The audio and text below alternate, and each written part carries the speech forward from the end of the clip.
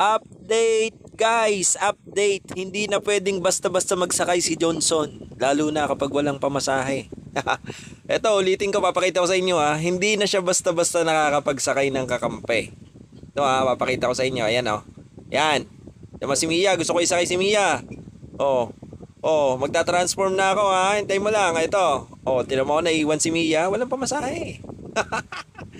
Hindi na ganun kasya katulad dati guys. Kaya mahirap na gumamit ngayon ng Johnson. Kasi hindi mo na basta-basta masasakay ang kakampi mo. Dapat yung kakampi mo may dalang pamasahe para papayagang makasakay. Pag walang pamasahe, iwan ng konduktor.